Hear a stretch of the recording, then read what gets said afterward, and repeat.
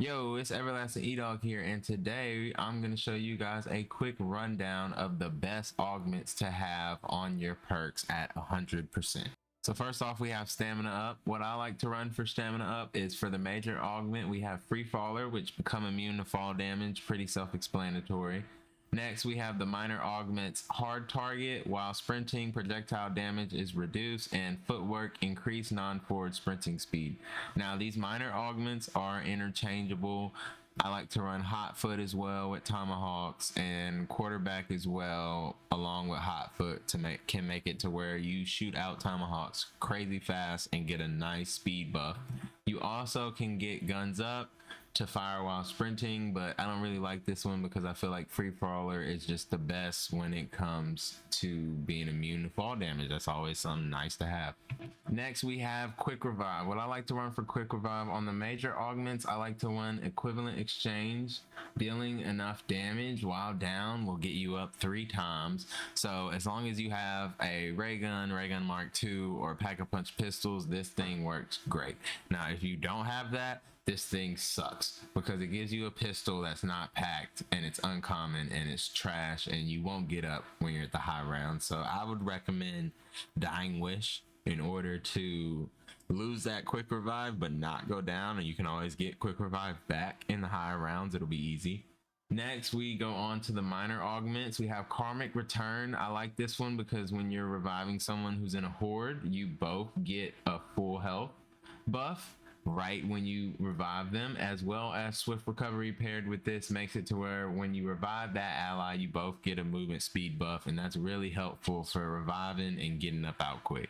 So next we have Jugger-Nog, and what I like to use for Jugger-Nog is Turtle Shell. I used to use reactive armor a lot, but I feel like Turtle Shell is the way for Black Ops 7 compared to reactive armor in Black Ops 6, because for Turtle Shell they buffed it to where it does mitigation in the front and back, but it does more in the back, and it makes it, when you pair it with another augment later in the video, it is great for damage mitigation on the back. And that especially helps when you're running trains on those high rounds and zombies are clipping you from the back. You can always just turn your back and not get hit as much.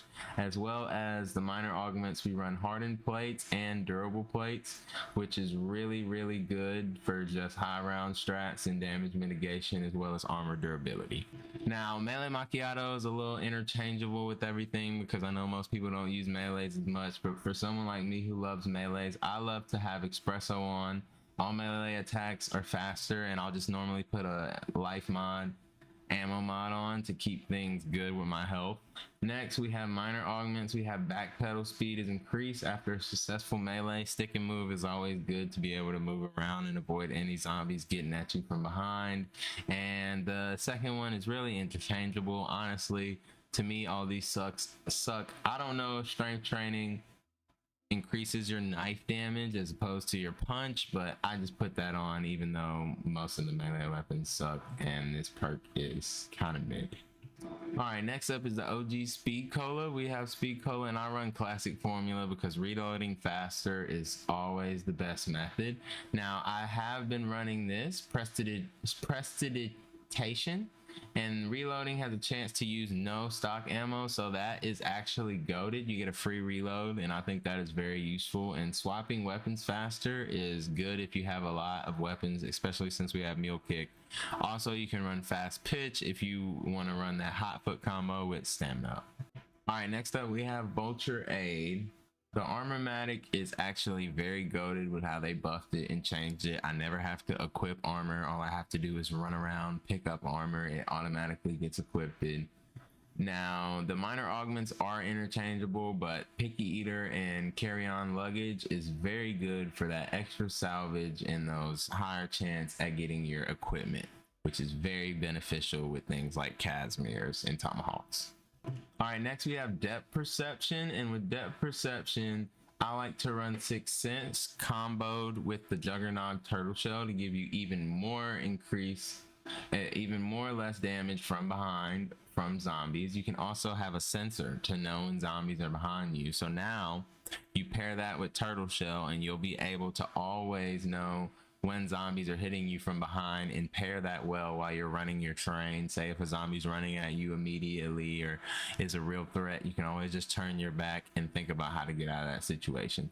The minor augments are a little iffy on depth perception, but I just get the extra essence and the see enemies further through walls. PhD, the GOAT. PhD, we love you, but we hate you at the same time, because I've heard either environments or tribologists suck. And I know there's another combo for a high rats round where you hit the double whammy with the stuntman and the Edo technician, the EOD technician, and you can just kind of jump around in the area and do a lot of explosions. But I personally don't like that gameplay, so we keep PhD slider on for me personally for the major augment, just because I like to slide around and move fast with PhD, and that helps. And it helps to slide around and not get stuck from zombies. Mule Kick, a beautiful perk. Mule Kick, what I like to do is run multi-pack. Now hear me out, multi-pack looks crazy, but most of the time multi-pack doesn't pop until the third pack-a-punch tier. And what I like to do is I like to have one gun be at pack-a-punch 2, the next gun no pack-a-punch. And if you get lucky with this major augment, you will pack that you will pack that first gun, and that second gun will be pack 3. So it is very beneficial. I love multi-pack. Now, Plate Hunter and fully equipped are also great, because now you get 4 armor plates and 1 extra equipment. And if you run that with Casmirs or Tomahawks, now you get 3 Casmirs and Tomahawks.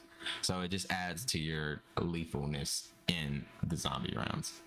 So Deadshot Daiquiri, not much to say here. We run Deadhead for critical damage bonus for the guns, Dead Break, increase bullet damage to armor, and Dead Heat, temporarily increase your movement speed after getting a point blank kill with a gun. Now, a lot of these Dead Heat can be interchanged with Dead Draw if you want to reduce hip fire spread, but that's the setup I run that seems to be the most effective.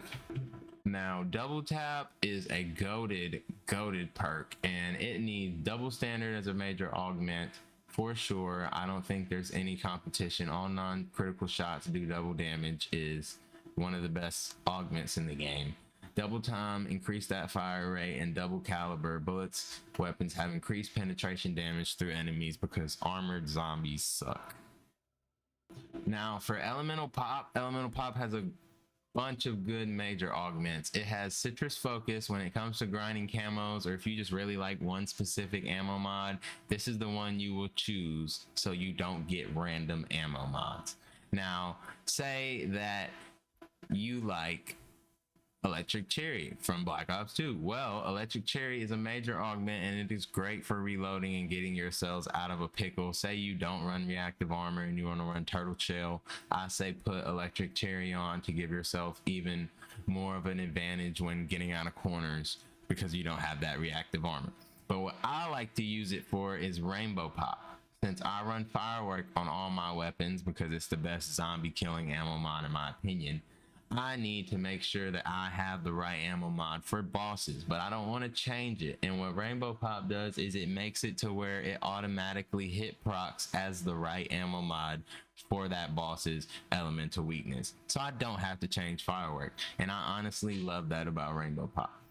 Next, we go on to the minor augments. We have Chillberry, which reduces elemental pop cooldowns. We want those ammo mod pops popping as fast as possible, as well as Vulnerable Bean, even though it doesn't really help as much, but we still keep it around because it'll increase elemental weakness damage a little bit.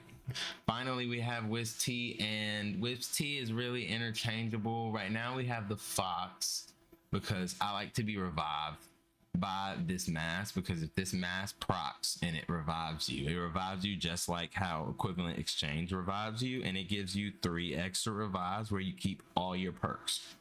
So on a good day, on a long zombie match, you can get 3 revives from Quick Revive, and then 3 revives from your mask, and then 1 revive from a self revive.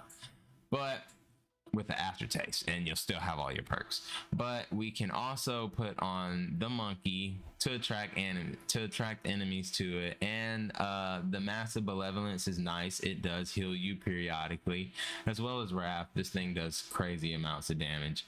I keep extension and haste on to have mine pop as fast as possible for the revive, but zombie sitter is a goated wisp that you have to run when you do Easter eggs, because it holds the zombie for 10 minutes as long as the wisp is the one to kill it, because it doesn't technically kill it, it just distracts the last one after it kills the second to last one. So that is a goated augment, but we only run that in special scenarios, and there's no new maps out, so we aren't running it. Well, that was all the list of 100% perks, minor and major augments that I run. I think these are some of the best builds in the game. I can't wait to get more perks. So like and subscribe and comment on what you guys think the best perk builds are in the game. I've been Everlasting E-Dog, and peace out.